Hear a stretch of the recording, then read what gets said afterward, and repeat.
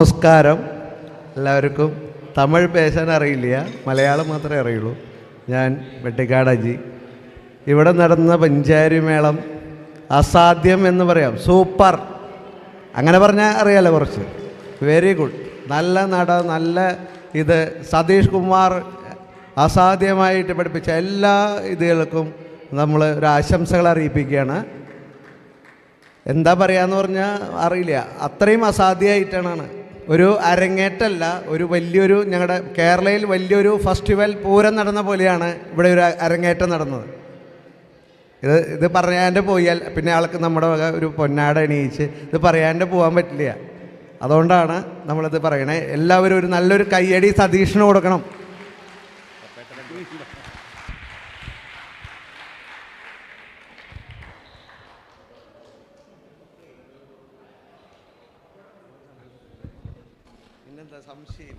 നമസ്കാരം, ഞാൻ ഹരി, ഒരു ചെറിയൊരു താളക്കാരനാണ്.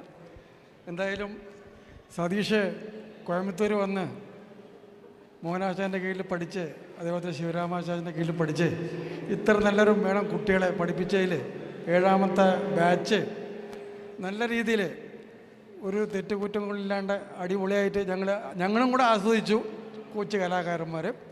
എന്തായാലും ഇനിയും കലാകാരന്മാർ ഈ കോയമ്പത്തൂരിൽ ഉണ്ടാവട്ടെ, അതിന് പ്രാപ്തരാകട്ടെ എന്നും കൂടെ ആശംസിച്ചുകൊള്ളുന്നു. നന്ദി, നമസ്കാരം.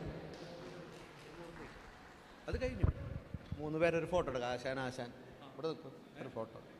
നമ്മുടെ ആശാൻ, 3 ആശാൻ, ഒരു ഫോട്ടോ. ഈ മൈക്ക് കൊടുത്തോളാം.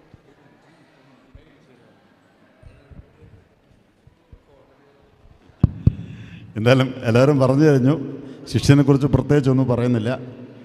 അതായത് തുടങ്ങിയ കാലം ഇട്ട് അവസാനിക്കുന്നത് വരെ ഒരു നൊടിയിഴ പോലും പഴുതില്ലാതെ ഇത്ര വൃത്തിയോടുകൂടെ പഠിപ്പിച്ച് എൻ്റെ ആ ശിഷ്യന് ജഗദീശ്വരൻ ആയിരം സൗഖ്യങ്ങളെന്ന് നിറഞ്ഞുകൊള്ളട്ടെ എന്ന് പറഞ്ഞുകൊള്ളുന്നു.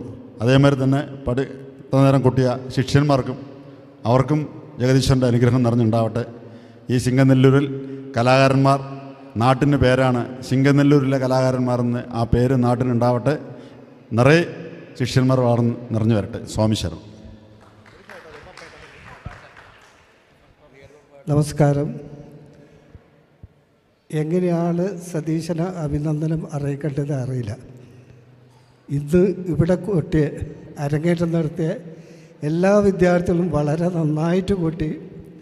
അതിൽ